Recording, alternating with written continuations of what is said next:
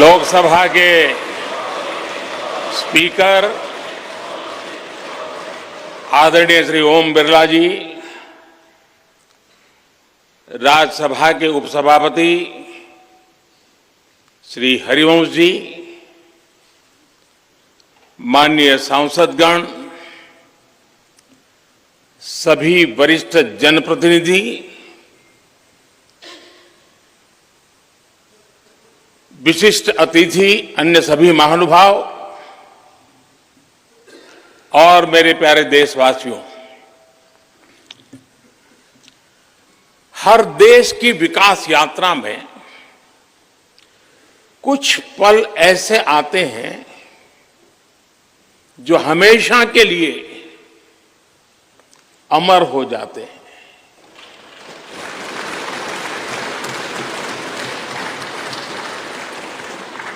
कुछ तारीखें समय के ललाट पर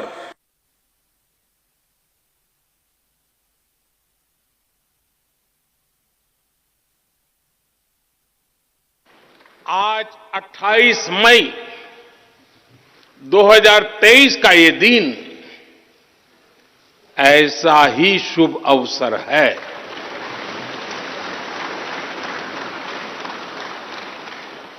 देश आजादी के 75 वर्ष होने पर अमृत महोत्सव मना रहा है। इस अमृत महोत्सव में भारत के लोगों ने देशवासियों को भारतीय लोकतंत्र के इस स्वर्णिम क्षण की बहुत बहुत बधाई देता हूं।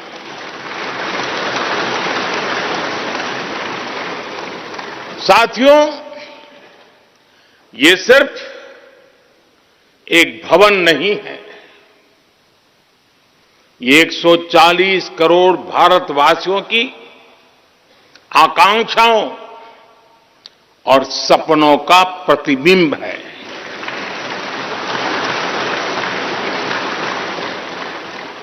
ये विश्व को भारत के दृढ़ संकल्प का संदेश देता हमारे लोकतंत्र का मंदिर है।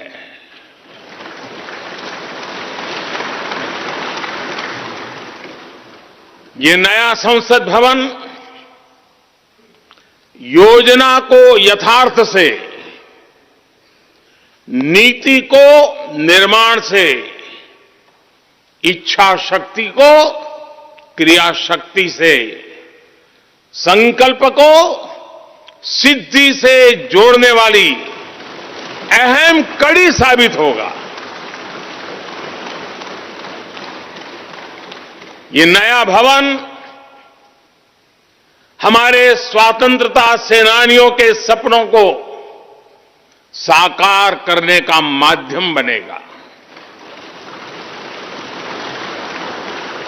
ये नया भवन आत्मनिर्भर भारत के सूर्योदय का साक्षी बनेगा।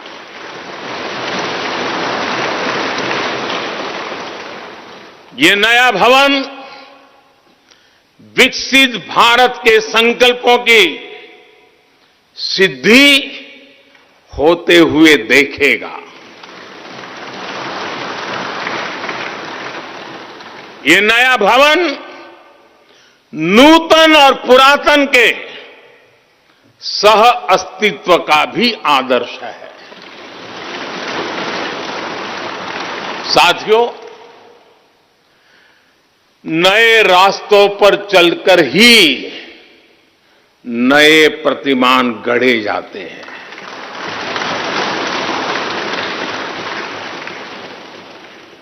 आज नया भारत नए लक्ष्य तय कर रहा है, नए रास्ते गढ़ रहा है, नया जोश है, नया उमंग है, नया सफर है, नई सोच है, दिशा नई है, दृष्टि नई है, संकल्प नया है, विश्वास नया है।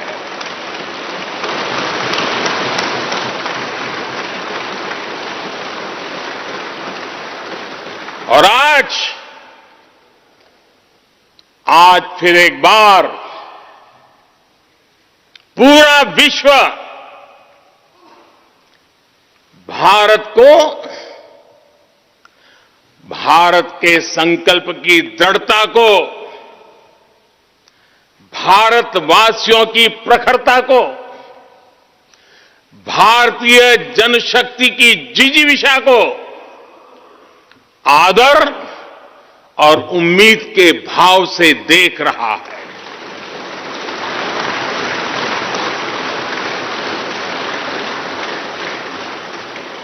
जब भारत आगे बढ़ता है तो विश्व आगे बढ़ता है।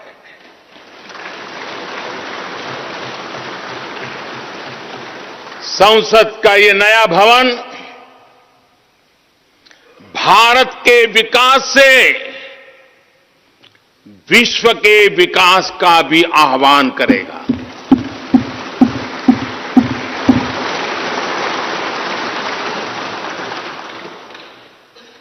साथियों,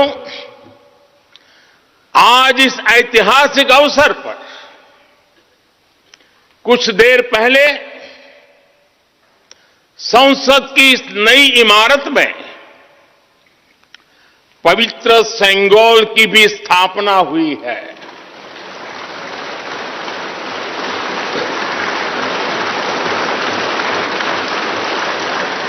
महान चोल साम्राज्य में सेंगोल को कर्तव्य पथ का, सेवा पथ का,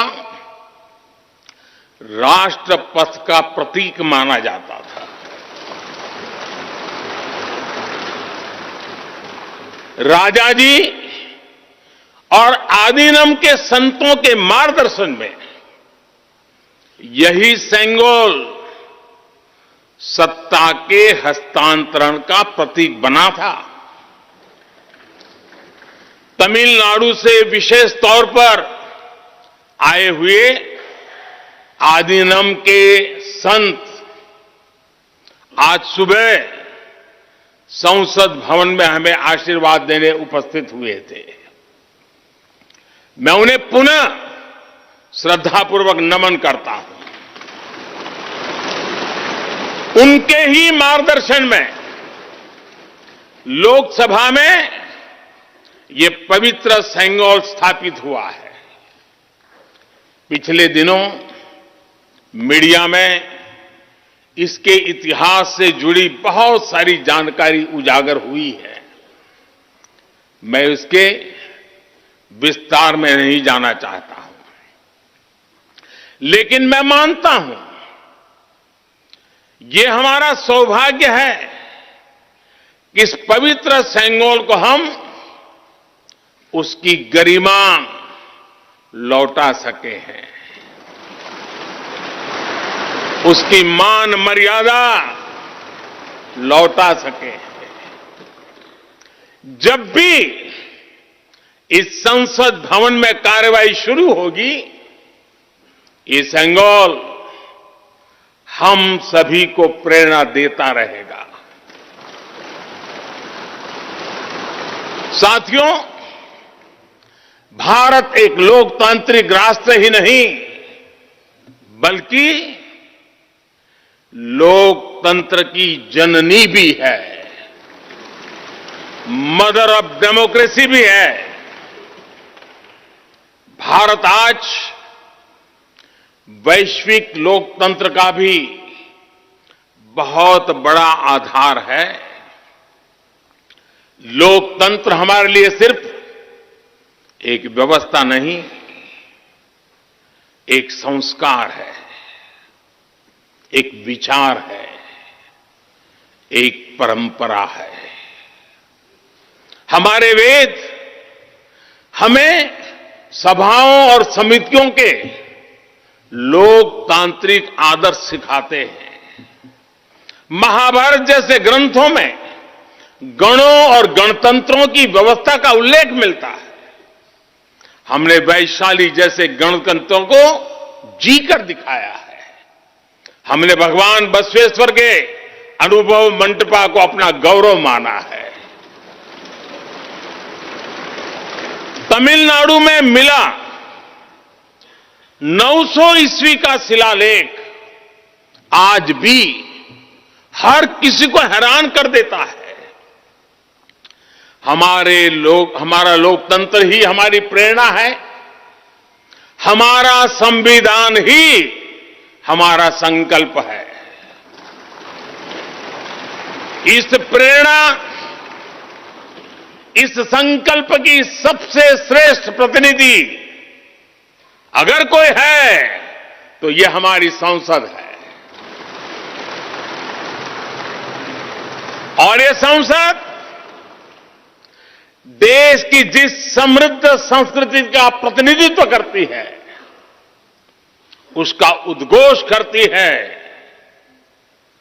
शेते निपद्यमानस्य, शेते निपस्य मानस्य चराति चर्त भगः, चरैवेति चरैवेति चरैवेति। कहने का तात्पर्य, जो रुक जाता है उसका भाग्य भी रुक जाता है, लेकिन जो चलता रहता है उसी का भाग्य आगे बढ़ता है, बुलंदियों को छूता है। और इसलिए चलते रहो, चलते रहो। गुलामी के बाद हमारे भारत ने बहुत कुछ खोकर अपनी नई यात्रा शुरू की थी। वो यात्रा कितने ही उतार चढ़ावों से होते हुए, कितनी ही चुनौतियों को पार करते हुए आजादी के अमृत काल में प्रवेश कर चुकी है। आजादी का यह अमृत काल विरासत को सहेजते हुए विकास के नए आयाम गढ़ने का अमृत काल है। आजादी का यह अमृत काल देश को नई दिशा देने का अमृत काल है। आजादी का यह अमृत काल अनंत सपनों को, असंख्य आकांक्षाओं को पूरा करने का अमृत काल है। इस अमृत काल का आह्वान है, इस अमृत काल का आह्वान है मुक्त मातृभूमि को, मुक्त मातृभूमि को नवीन प्राण चाहिए, नवीन पर्व के लिए नवीन प्राण चाहिए। मुक्त गीत हो रहा, मुक्त गीत हो रहा नवीन राग चाहिए, नवीन पर्व के लिए नवीन प्राण चाहिए।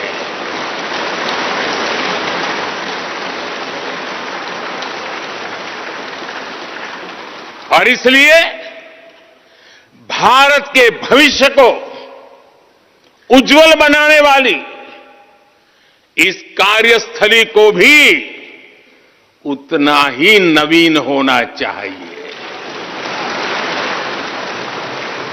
आधुनिक होना चाहिए।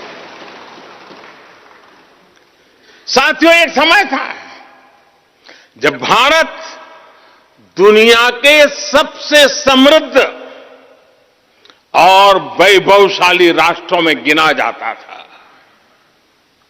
भारत के नगरों से लेकर महलों तक, भारत के मंदिरों से लेकर मूर्तियों तक, भारत का वास्तु भारत की विशेषज्ञता का उद्घोष करता था।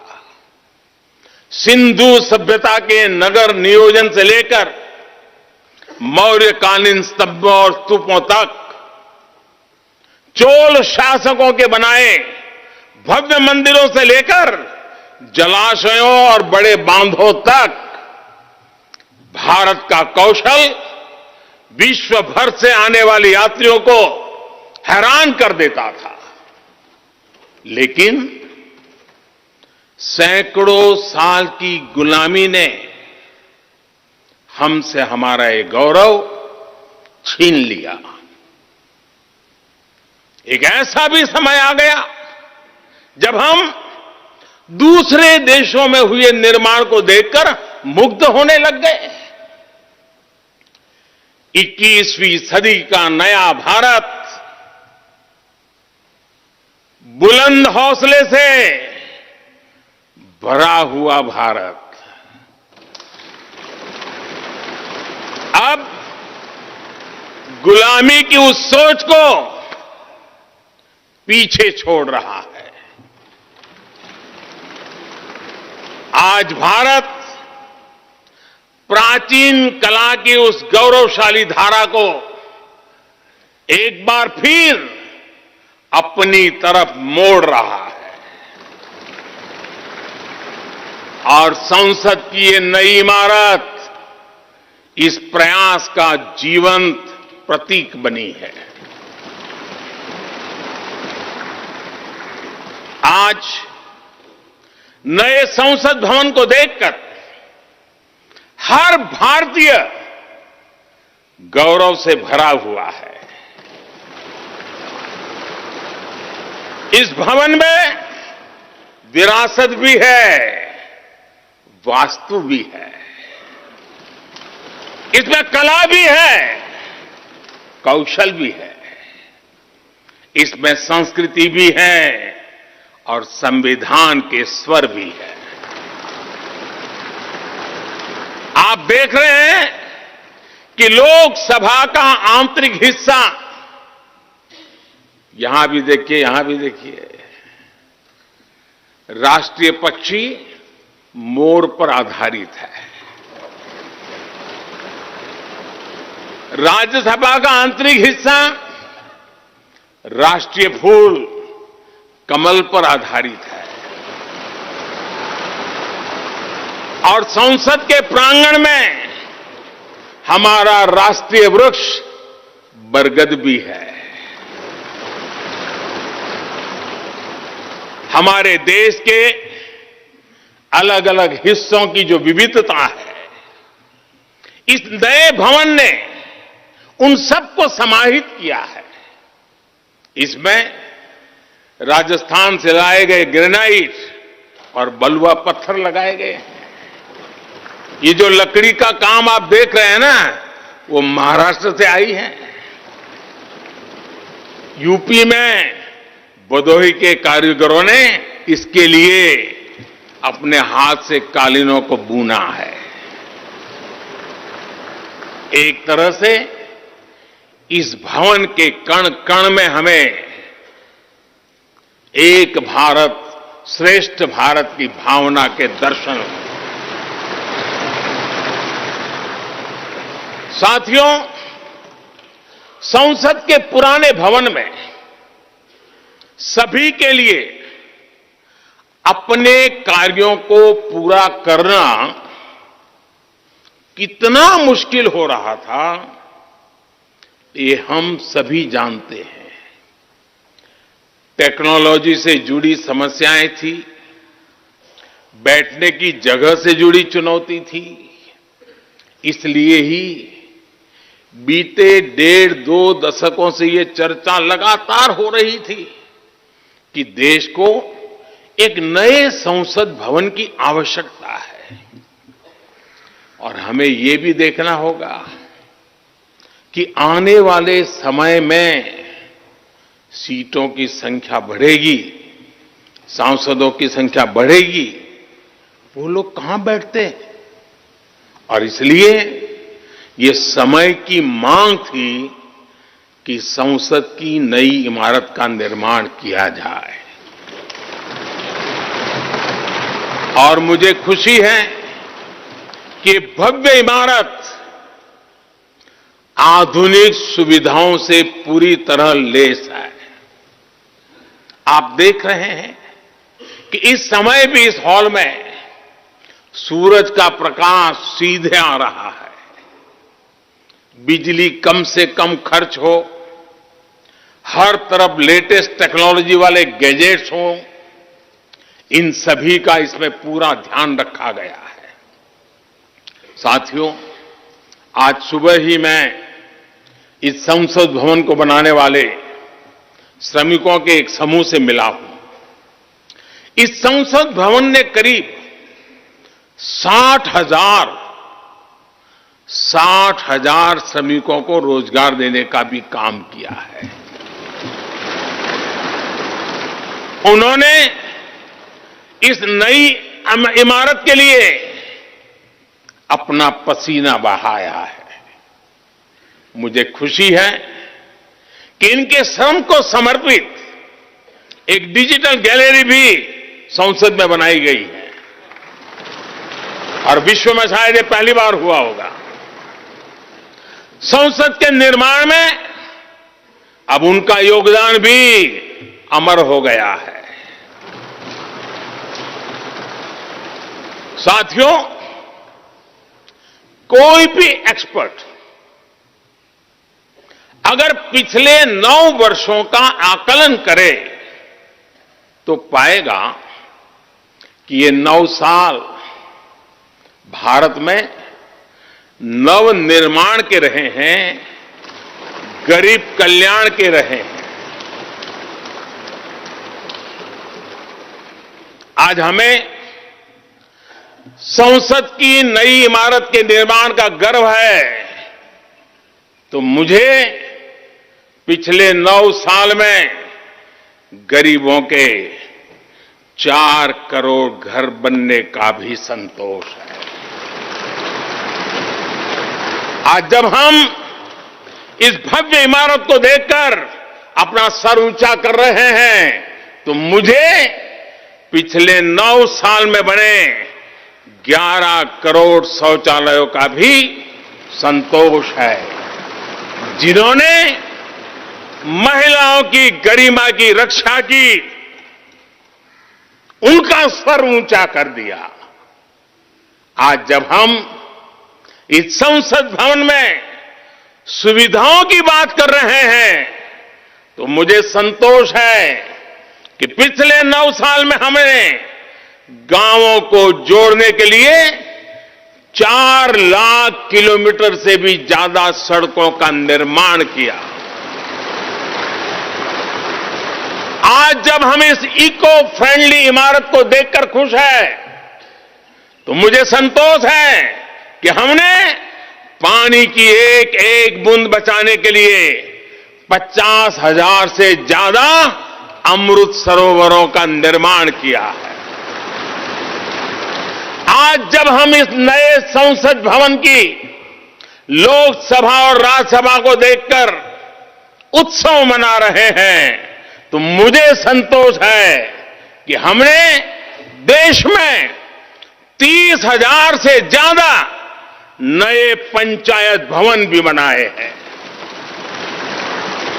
यानी पंचायत भवन से लेकर संसद भवन तक हमारी निष्ठा एक ही है, हमारी प्रेरणा एक रही। देश का विकास, देश के लोगों का विकास। साथियों, आपको ध्यान होगा 15 अगस्त को लाल किले से मैंने कहा था, यही समय है, सही समय है।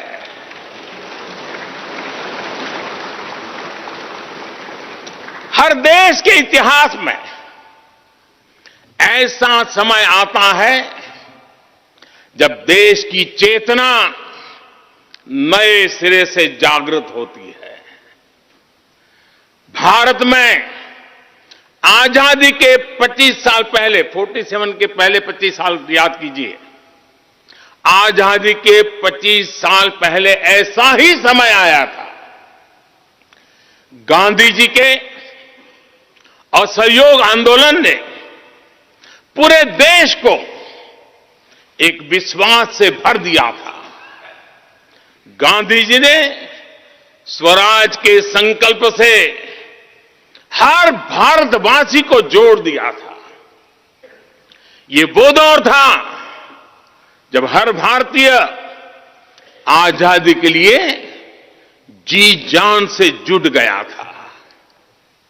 इसका नतीजा हमने 1947 में भारत की आजादी के तौर पर देखा। आजादी का ये अमृतकाल भी भारत के इतिहास का ऐसा ही पड़ाव है। आज से 25 साल बाद भारत अपनी आजादी के 100 वर्ष पूरे करेगा। हमारे पास भी 25 वर्ष का अमृत कालखंड है। इन 25 वर्षों में हमें मिलकर भारत को विकसित राष्ट्र बनाना है।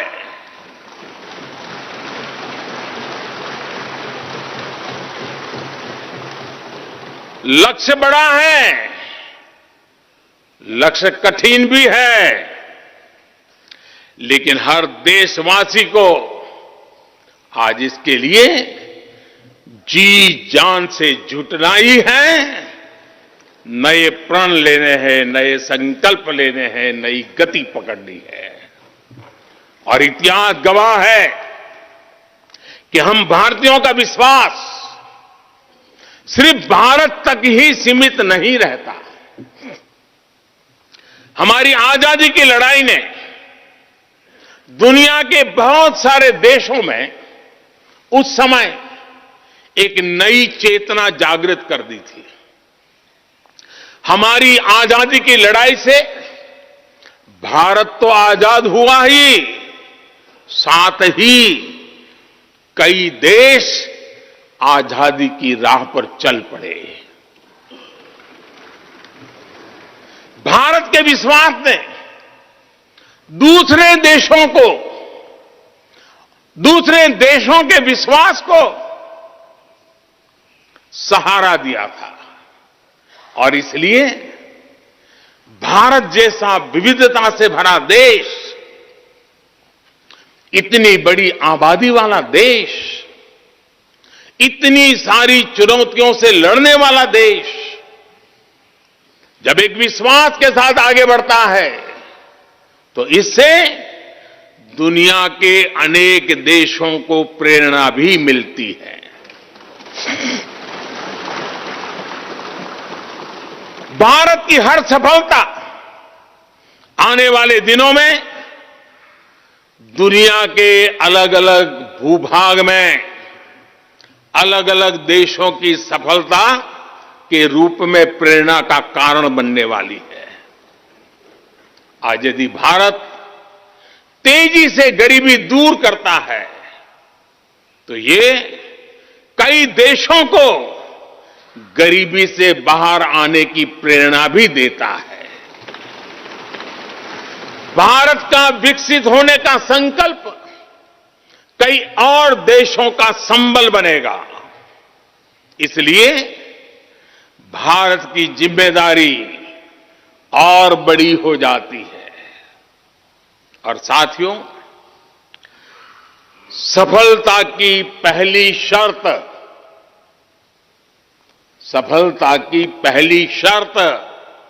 सफल होने का विश्वास ही होती है। ये नया संसद भवन इस विश्वास को नई बुलंदी देने वाला है। ये विकसित भारत के निर्माण में हम सभी के लिए नई प्रेरणा बनेगा। ये संसद भवन हर भारतीय के कर्तव्य भाव को जागृत करेगा। मुझे विश्वास है इस संसद में जो जनप्रतिनिधि बैठेंगे वे नई प्रेरणा के साथ लोकतंत्र को नई दिशा देने का प्रयास करेंगे।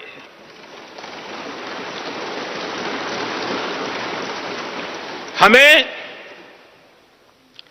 नेशन फर्स्ट की भावना से आगे बढ़ना होगा। इदम राष्ट्राय इदम न मम। हमें कर्तव्य पथ को सर्वोपरि रखना होगा। कर्तव्यमेव कर्तव्यम और कर्तव्यम न कर्तव्यम। हमें अपने व्यवहार से उदाहरण प्रस्तुत करना होगा। यद यदाचरति श्रेष्ठ तत्देव इतरो जनः। हमें निरंतर खुद में सुधार करते रहना होगा। उद्धरेत आत्मना आत्मानानम। हमें अपने नए रास्ते खुद बनाने होंगे। अपदीवो भव। हमें खुद को खपाना होगा, तपाना होगा। तपसो ही परम नास्ति तपसा विंदते महत। हमें लोक कल्याण को ही अपना जीवन मंत्र बनाना होगा। लोकहितम मम करणीयम। जब संसद के इस नए भवन में हम अपने दायित्वों का ईमानदारी से निर्वहन करेंगे तो देशवासियों को भी नई प्रेरणा मिलेगी। साथियों, दुनिया के सबसे बड़े लोकतंत्र को यह नई संसद एक नई ऊर्जा और नई मजबूती प्रदान करेगी। हमारे श्रमिकों ने अपने पसीने से इस संसद भवन को इतना भव्य बना दिया है। अब हम सभी सांसदों का दायित्व है कि इसे अपने समर्पण से और ज्यादा दिव्य बनाएंगे।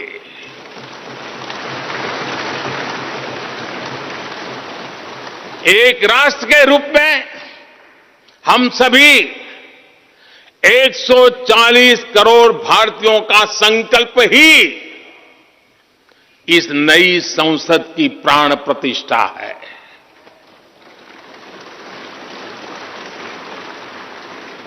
यहां होने वाला हर निर्णय आने वाली सदियों को सजाने संवारने वाला है।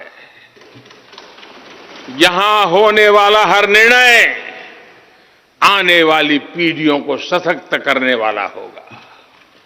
यहां होने वाला हर निर्णय भारत के उज्ज्वल भविष्य का आधार बनेगा। गरीब, दलित, पिछड़ा, आदिवासी, दिव्यांग समाज के हर वंचित परिवार के सशक्तिकरण का, वंचितों को वरीयता का रास्ता यहीं से गुजरता है।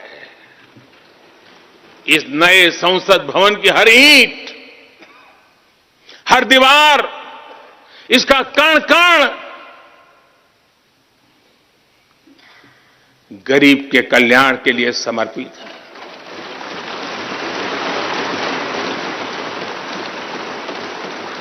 अगले 25 वर्षों में संसद के इस नए भवन में बनने वाले नए कानून भारत को विकसित भारत बनाएंगे। इस संसद में बनने वाले कानून भारत को गरीबी से बाहर निकालने में मदद करेंगे। इस संसद में बनने वाले कानून देश के युवाओं के लिए, महिलाओं के लिए नए अवसरों का निर्माण करेंगे।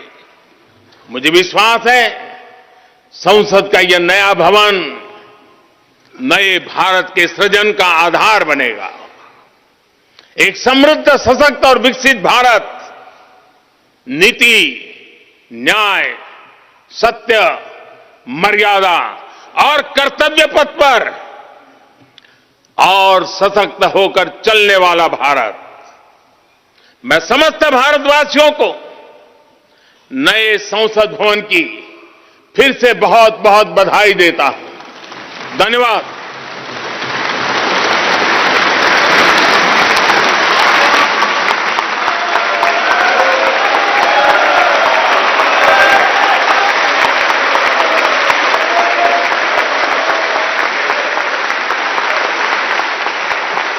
धन्यवाद माननीय प्रधानमंत्री जी। गणमान्य अतिथिगण, भारत की संसद के नवनिर्मित भवन के लोकार्पण का कार्यक्रम अब यहीं समाप्त होता है। आप सभी को इस ऐतिहासिक अवसर पर पधारने के लिए हृदय से धन्यवाद। नमस्कार। जय हिंद।